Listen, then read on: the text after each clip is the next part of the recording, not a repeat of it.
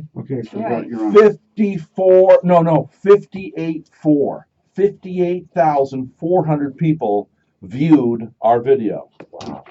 Smile, you're on camera. It is amazing what's happening with this stuff, you know? Wow. It's like the rules are changing.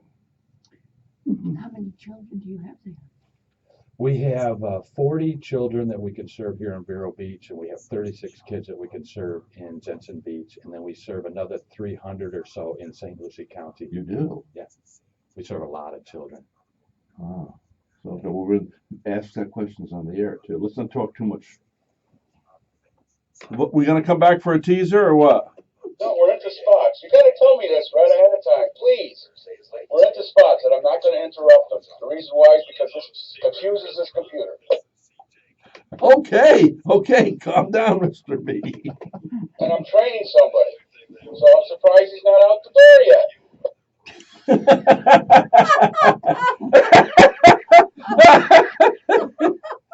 Is that Biblical Bill? Yep, and Biblical Bill is taking this all with a grain of salt. Hey, Biblical Bill. He's okay, Beverly. Not Rhett, Beverly, making you feel better. Say that. I have no idea. Okay. I told you we have fun here. That's the only way to do it. Yes. You're gonna live a life, have a good time while you're doing it.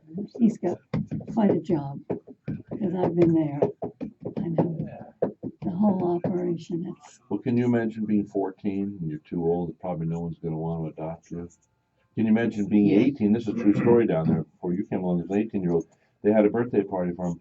He'd never had a birthday party. Yeah, exactly. I didn't when I was a child. I had no birthdays, no Christmases, no nothing. Right. I've been I there. remember I didn't get and I didn't even know what Easter was about because there was alcoholism in the household and they were all drunk.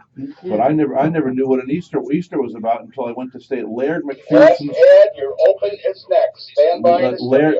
Laird McPherson's home, and then Laird, his mom woke up, and I guess they woke up in the morning, and there was an Easter basket for me as well as for him. She wasn't going to give one to him and not to me, and that's how I found out about Easter basket. oh, So yeah, I know it's very sad and lamentable. But the kids over here, never having a birthday till you're 18. Can you imagine? So everybody, is raked over the coals of life. What can I say? But you should have seen the happy house my son had and my husband had. That's right. That's why you have a good You Sunday. turn it around. That's right. That's right. Ladies and gentlemen, it's another beautiful day in paradise. In the studio this morning, of course, we have Mr. David Walsh. We also have Paul Sexton, who is the new CEO of, Hibiscus Children's Center. and we have, Deborah Murphy. who's in here with another review for us, Yes, I am. The Christians. Right. the Christians. The Oh, you saw the Christians. I'm Yeah, I interested to saw the find out about Christians it. last Okay, night. we'll talk about that in a few Okay, minutes. that's what I thought. Right now, we want to get to, of course, we have Beverly in here. Beverly, come over Hey, here Beverly. and say hello. good morning. Good morning, Beverly. And if you want any tea or coffee or anything, Mr. Sexton, this young lady will get it for you. And Terrific. I've got to talk a little bit with him. It's great. I have this opportunity to meet the guests before you do. Okay, well, I hope you're still curious because Debbie started to ask him questions before we were on there. I said, hold those questions till we get on the air. Now, you yourself, Debbie, know what it's like. I mean, can you imagine being 14 years of age and but you're old enough, that nobody really wants to adopt you because generally, they want to adopt little pretty babies and stuff. So you were on the street homeless at the age of 16. Tell us your story. Right. Same thing. No birthdays, no Christmases. Really? House to house to house to house to live. Wherever they put me. And what did your mother say once? Tell me that story. Say that on She the air. came to visit once, and I asked her if she loved me. She said, not only do I love you, I don't even like you. Oh my God. No, baby. Again. That's rough. And my real father, forget it. I got a detective later in my life to find him. His message to me was, stay away, I want no part of you. What a couple of selfish people. Yeah, well, that's the way it goes. But I turned it around. You Turn it turn it around, turn around. it around. And so you ran away I at the ran age of away. 16. You slept on the That's street of Boston one I night. Tell us thumbed a story. ride in the middle of the night to Boston. I had just a little satchel in my hand and my roller skates as a kid. Wow. But I did have roller skates Mhm. and not a dime in my pocket. And I really believe angels were watching over me because this car pulled up and I think there were two people in it. And I said, I'd like to go to Boston. It's the only place I knew. And also I'd read in the newspaper about John Hancock. I said, if you could drop me off at John Hancock, which was a big company in Mhm, Boston, I that would be great. So this car Why, pulled up why did you want to be dropped off at John Hancock? because the only place I knew. Oh, because you saw an ad. Yeah, I saw an ad. It said John Hancock, and I thought, all right, I'll go to John That'll Hancock. be I your don't know where it destination. is, but I'll go there. So you get dropped off. He drops me off. This What person, like 3 o'clock in the morning, Okay. drops me off, and I sat on the sidewalk, and I waited because it was pitch black. And finally, the dawn came up, and people started going in. So I got myself up, and I went in to John Hancock, and I said, "Where's there a place I could find a job?" And they said they directed me, and I went in there, and I sat down, and she said, "What do you do?" I said, "Well, no, I'm not really trained at anything, but if you'll show me what to do, I'll do anything. I'll work, and you'll never find a better worker than I will be." So she evidently liked me a lot because she said, "You're hired." Wow. And make a long story short, then she takes out a pad and she says, "Okay." She said, "What's your name?" And I give her my name. She said, "What's your address?" Uh-oh, No. no address. Do you know that that woman, you talk about being watched over, said, "There's a place here called the Franklin Square House for Girls." And she said, "It's just a place for girls, and I maybe can get you in there." She picked up the It's phone. a place for girls only. Place for girls only, only girls. And and would you believe she put the phone down? She said, "You have a room at the Franklin Square House for Girls." Yeah. How did I Now feel you about that? always wonder why I can't cook because at the Franklin Square House for Girls, you had your room, but there was a cafeteria in the basement. You just went down with your little tray and you Wow. had your breakfast. Now- And then when I worked That's at John amazing. Hancock, I had my lunch Sure. there. Now, that It's one great. thing leads to another because later on in life, you ended up being a very famous. She was the American Idol of her generation. She was personal friends with Frank Sinatra. Yeah. When she went into, I say prison, when she went into the hospital for a year because of tuberculosis, and they were platonic friendship. Right. Oh, yeah. Frank Sinatra paid her rent for a year in her apartment, Wow. and then mysteriously an electric piano showed up in her hospital room, and to this day they don't know who got it. But I've heard so many stories about Sinatra. I waged that Could it be was him Sinatra, too. could have been J. Paul Getty, it could have been anyone, because I was working at the Hotel Pierre. And as I said, from that day on, my life did nothing but soar upward. And then you ended up upward. traveling with bands around the world. All over the world, correct. Mhm. Yeah. And the Pierre, which is one of the most beautiful hotels. Tell the in story about you're on the New York. elevator with those two other odd ladies, and you were on commercials around the United States, and you became famous. Tell that story. It's kind of a funny You mean story. about the contest in Boston? The three ladies, yeah. Yeah, the three ladies. Well, this was for United, United Way, actually, which they call the Red Feather in Boston, the Red Feather. So they had a contest. This is what got me started in show business. They had a contest where television was just out at that time. You would go on television once a week, sing your song, and the people from the New England area would send in votes. Now, it isn't like today where they do it by phone or whatever. They Right. did it with postcards. So the postcards kept coming in, Mhm. and I kept winning week after week after week. Now, I sang a song. Like a Ted Mack amateur hour type thing. Right, or the Idol, exactly like that, only with postcards instead of the way Wow. they do it, right? So anyway, week after week, anyway, it finally was over. I sang a song called "Little Things Mean a Lot," which was done by Kitty Callan, Mhm. and it was very popular at the time. And that was my song. You just chose one song. Now the second girl looked like Dolly Parton exactly in every way. She looked like Dolly Parton, and she was great. But she spoke like that, and she sang opera, and that's how she talked, and that's how she sang. She sang, "Someday you'll come along, the man I love." She was a riot and a half. The third girl was a country singer, and she sang a tune. She had a guitar, and she sang a tune called "Have You Talked?" And she talked like this: "Have you talked to the man upstairs? 'Cause he wants to hear from you." And so, would you believe they put us together as a trio? Oh my God. in harmony, which the harmony you wouldn't believe. The harmony was good. It was the blend of the voices, a little bit audio, but we had such a good time. And this commercial, this one, we would go all over the areas, the back of trucks. I mean, we were everywhere, and then newspapers, television, everything. So anyway, we did this commercial, which you couldn't get away from. It was on television, it was on radio, it was in the elevators. You couldn't get into an elevator, and the song went something like this. In that three-part harmony with those three voices, would go, "This is fair weather to wear your red feather." And I would say, "Give gladly." And Loretta would say, give, I'd say, "Give more." Loretta would say, "Give gladly." And the other one would say, "Give now." You couldn't get away from it. It was a riot. Anyway, isn't that a fun story? Yeah, it is. Yeah. And we got a lot of money. And as I said, this was the United Way up in Boston. That Well, night. we have somebody that needs dough today, not the United Way, but the local Hibiscus Children's Center. Sure. Does United Way help you guys out? Oh, yes. They do. Yeah, we get a lot of help in our community. This is a Financially. very giving Good. community. Yeah, it is. Yeah. Now, Paul Sexton is the new CEO, Mhm. and you're from where? Well, I'm originally from Michigan, but we Michigan. recently moved here from Colorado. Colorado. Mhm. What were you doing out there? I was running a psych hospital in Denver. Psych hospital. Wow. So we decided I didn't we know they wanted still had those.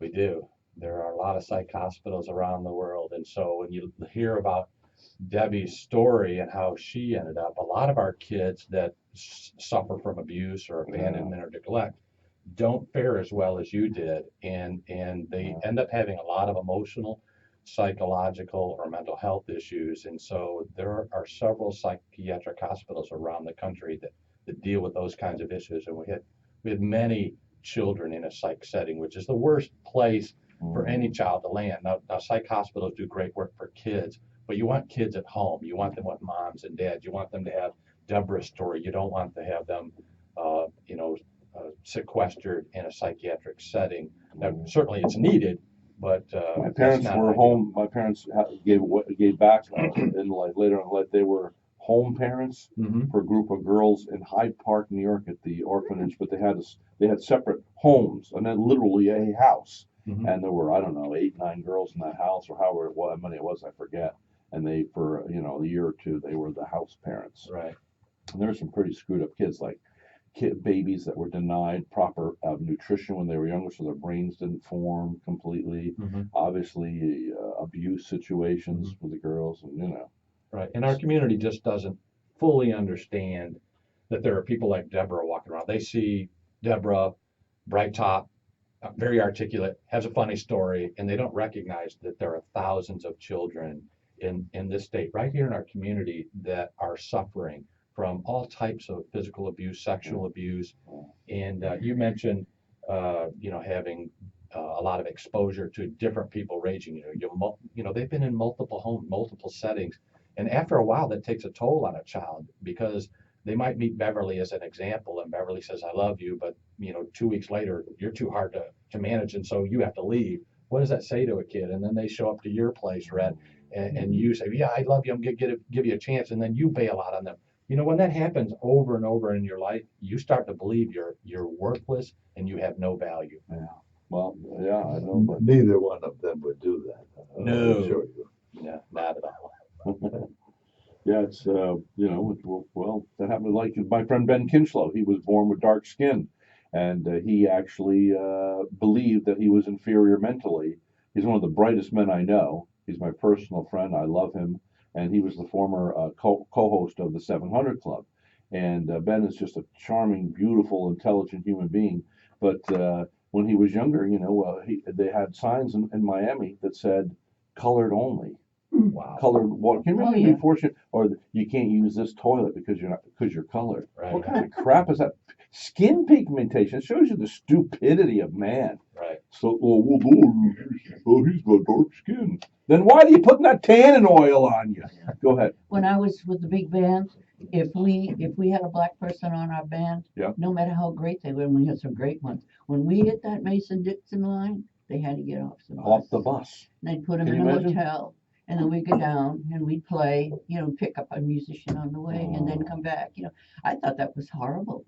But however, that was the way it was in those days. And how does it ever change? How did that lady who was the camel, the thing that broke the camel's back, the straw, the bus the lady on the Rose, bus. Rose, somebody Rose. was it? Rosa Parks. There you go, Rosa Parks. She Right. says, I am not getting to the back of the No. bus. I'm tired and I'm sitting up Right. here. And she wouldn't move. That was great. Yeah. In the meantime, Arthur Godfrey, now, when he went down to Miami, a lot of people blame him for being anti-Jewish and anti-black, and he was not. He took the whole show. Remember the whole show? He had the black, the singers. He had, he had everybody. And when he went down there in Miami, they were not going to let certain people into their hotels. And so you know what he did? He bought a hotel. He bought a hotel, can't think of the name of it right now, but he bought the whole hotel and everyone came in. And that broke it, didn't it? It was a nice thing to do. Right. Just buy the whole hotel. And that's how it happens. It only takes one person. If you think about To stand up. kids, yeah, exactly. It takes that Rosa Parks standing up. It takes this Okay. person standing up. And when you think about kids that are in trouble, even though they may have had a placement with 15 or 16 different agencies, they're only one adult away from success. And you might be that adult. You might say that one thing to that child that maybe has been said 1,000 times, but the way you said it and the emotion that you had when you said it to a child might be the thing that breaks through. And that's what they'll remember. That your story, Deborah, about someone taking you in and finding a place for you to live. That one person made the difference. That's and you right. don't know if you're going to be that one person. Tell them your story. That's right. That's right. The power of words. Words etch scars across a man's heart. You can't retrieve them once from lips they depart. Just like seeds, words they grow. Like a neon sign, they seem to glow. Like the headline news. Reread and reread once in the eye or ear. They live in your head. Please be cautious as to what you say. Words that we've heard have power to stay. Words can curse. A spirit they can slay. Long time after the talker has walked away. I have to tell you one thing, that Sinatra also did the same thing for Sammy Davis Jr. Yes. He broke through those walls. What a Right. great guy. Well, he also, most people don't know this, that Sinatra, you know this, that Sinatra, when Sammy Davis died, he owed the IRS $1 million. Now, I mean, that seemed like a lot today. That was like, what, 20 million then. Anyway, so Sinatra goes to his widow and hands her a check for $1 million. So this will be all for her back. That's the kind of guy Sinatra was. That's And I right. believe me, He I've been was. on the air 23 years now, and I've heard a lot of stories. And boy, do I wish I'd shook his hand. Well, I'll tell you one more story, then we'll take a break, then we'll come back. Sure. So Sinatra's walking into the Waldorf Astoria. So, hey, Mr. Sinatra, says the, what do you call the guys who carry the luggage? The Bellhop. bellboy. Hey, Bellhop. Mr. Sinatra, how are you, sir? It's great to have you, Mr. Sinatra. Hey, good to see you too. And you know, he hands him he hands him $100 bill, and he goes, "Wow, thank you, Mr. Sinatra." And that's okay. And he walks along. He turns around and says, "Hey, what's the biggest gratuity you ever got?" He said, "Well, it was $200." He says, "Oh," and Sinatra walks back to him, takes another $100 bill and another one, so he has 300. He says, "There you go." And he says, and he starts to walk away. He says, "Wow, thank you, Mr. Sinatra." And he says, and Sinatra turns around and says, "By the way, who's the other guy? Who gave you the 200?" He says, "You 2 weeks ago." We got to take a break. We'll be right back. Today's broadcast is brought to you by Dr. Mallon, Dr. Snell, Dr. Katz, Dr. Kadada Day, and Dr. Brannigan. Center for Advanced Eye Care. We're getting to know Paul Sexton. He's the new CEO of Hibiscus Children's Center. How you can get involved. David, tell them we'll be right back. We'll be right back, folks. You're going to recuse yourself? I'm going to recuse myself. Good luck. You're doing a great job. Blessings to you. Bye-bye, baby. Bye-bye. See you later. Thanks for staying. Hey, bye-bye, honey. Bye. Yeah, we had a photographer. Well, that's a neat story you have. Yeah. That's exciting. We're gonna have about 3 minutes to news. Someone 3 watching minutes over to you, huh? news. Coming back. Directing you. Yeah. But you know how scared you are when you go through those doors? Oh, I know. I can't imagine. Especially with no support. Right, exactly. You're like you're by yourself. Could you And guys it was step to the happening all left, the time. step to the left, Right, right. By yourself.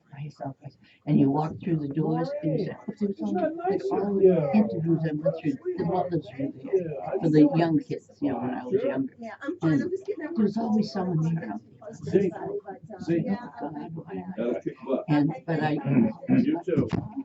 Wow. That's awesome. I don't think I ever failed. I did. Wow, that's awesome. But you have a good Now, person. Were you Good ever, for I mean, Oh, yeah. obviously Okay. you were abandoned. Oh, I mean, God. was there ever any physical abuse or? Yes, Okay, that's unfortunate. you know that. Well, I didn't want to, I don't want to Well, pry. I you was don't just wanna do wanna- that I on just the wanna- air, yeah, no. I was just Of curious. course. Get out of there. Beatings, sexual my abuse, God. all kinds of crap. Yeah. And we deal with that every day. And as you said, hold on, get her out of here, get her over. Exactly. Put her in another I'm room. interested in her review. Sounds We're gonna so do it, but first we gotta refreshing. pay attention to Paul. Of We'll do course. the review later on today's Yeah. broadcast. Okay. Sure, Paul has Paul. a good story All right. about. Now, we're only gonna have how many minutes left before the news break when we get back? We're gonna have about 3 minutes, 3 minute segment. And I really hope you'll allow me to talk about Impact 100. We've Let's got do a it right really now. exciting opportunity. Would they give you $100,000 or? Well, we're a finalist, but I want the audience to know what it's about. Good. So Impact 100, yep, that's, isn't that the 417 women now? it's 430 women. They put in $1,000 each every year, Oh, that's so they're able to great. give away 100,000 to this one, 100. See, giving little trickling amounts, you can really make a, you know. Pretty exciting. Mhm. Well, this is the best place to present it. Place I Coming go, back now? I get a lot of hugs. No, Yeah, we got planes, and then the rejoin. I see this. Where is it? Oh. There it is. Hugs are great. There's a picture of them. Did you redo that ad you were gonna do last night or whatever? Oh, yeah. Which one was that? I don't know, you came in last night and said, I'll redo that in the morning. Right? How they shun you. Yeah. I did one for the Suns and Shine this morning. They let you know. Oh, that was it then. Biblical Bills. Conscious sedation to help with dental phobia.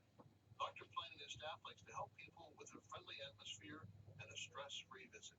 His office is located just south of the Village Beach Market, 4755 North A1. You say hello to Donna for me. I definitely Yeah, will. my name. Yeah, I got you. Mhm. I'll be back. Good. Yeah, but I'm busy. 15 seconds, rejoin us next, and then we'll have about a 3 minute segment. Look at your clock on the table. Offering conscious sedation to overcome dental phobia. That's Dr. Alex Plains, 231-6004. Local news, Elite Airways will be adding Asheville, North Carolina. That's good. I can go out and see the former sheriff. He lives up there. in Tennessee. Also, today's broadcast is being brought to you by, what is it, Soap and Suds, or what's it called? That's always. Suns and Shine. Suds and Shine. By the way, folks, you go get a car washed. You want to go to one of those hand car washes? They're $24 to $27. I think it's $24 to $27. Okay, you go to Suds and Shine over there. Now it's $5 for an outside wash. You don't get the vacuuming, but that's a savings of how much? Oh, $22. $22 savings, and you could take that $22, go have lunch, or you could donate it to the kids at Hibiscus. Yes. And so go over there on 12th, and they're at the Minuteman Press there. Go to that car wash. It's lovely, and save yourself $22 every time. Put a couple of quarters in and do the vacuuming yourself. You know, or don't vacuum. Maybe they don't need a car. I mean, hey, for $22, will you vacuum your own car? Paul Sexton is here. He's the new CEO.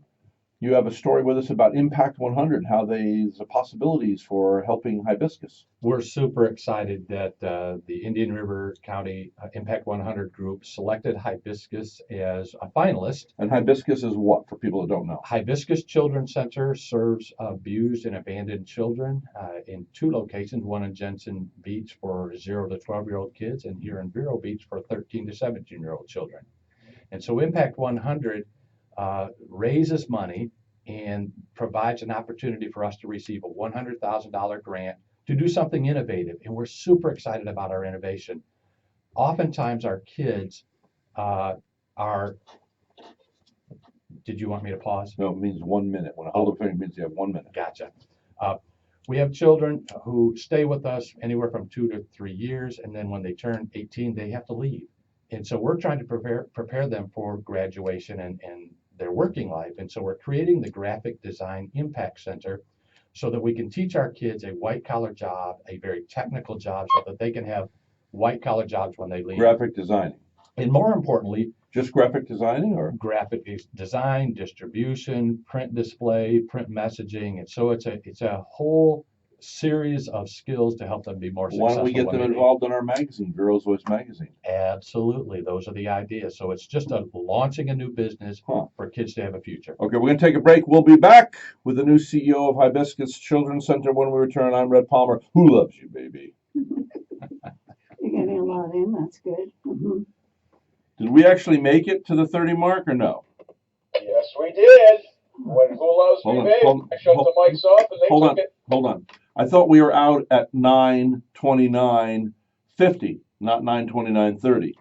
No, that's the top of the hour. 58:50 every top of the hour, or 59:50. Sorry. Every bottom of the hour is 9:30, 10:30, 11:30, straight up. Okay, so that's good. So they actually heard my Who Loves You, Baby. All right. You betcha. All right. We don't leave out important things. Jeez. And now you have 3 minutes of news. I'll let you know when we're back. Do you want to do a teaser? Yes, yes. And don't bother me anymore. I just want peace and quiet in here. Jeez. Everybody's talking today. Don't forget cannons. What Please, about cans? thank I might have to charge you for that. Ah. We had a good crowd last week, There's- all Irish. Oh, yes, everybody's in a singing mood, huh? Oh, God, were they ever. Yeah. So, Rhett, I'll be happy to talk about what we can do in the future. What I want to share with you on the Impact 100 piece is not only are we helping kids, but I believe nonprofits have got to learn to stand up on their own. It's great that we've got a giving community, but at some point, every nonprofit in this Oh, yeah. community needs to learn to stand up. About that, listen, about the I'm serious, we put out a magazine. Maybe somehow we could have an alliance. We should We're in do our that. 7th year. My radio shows its 23rd year. My Really? magazine is My husband was hold executive. on.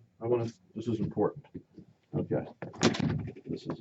That's our latest copy, by the way. Okay, great. So, see, that's what we put out, and maybe we could get the kids involved because Yeah. they'll get some promotion. They'll be working on a legitimate magazine, and it could help us. 1 Exactly. minute to you. Exactly. That's the kind of stuff we're talking about. Wow. Uh, But I want to be the first magazine to offer this. yes, Okay, you then are. I want exclusivity. You got it. All right. And the point I'm trying to make is if we can make this successful for the kids, Yeah. the revenue we generate, now we can serve our kids. So I'm not asking for a handout from you, what the revenue will You know what I serve.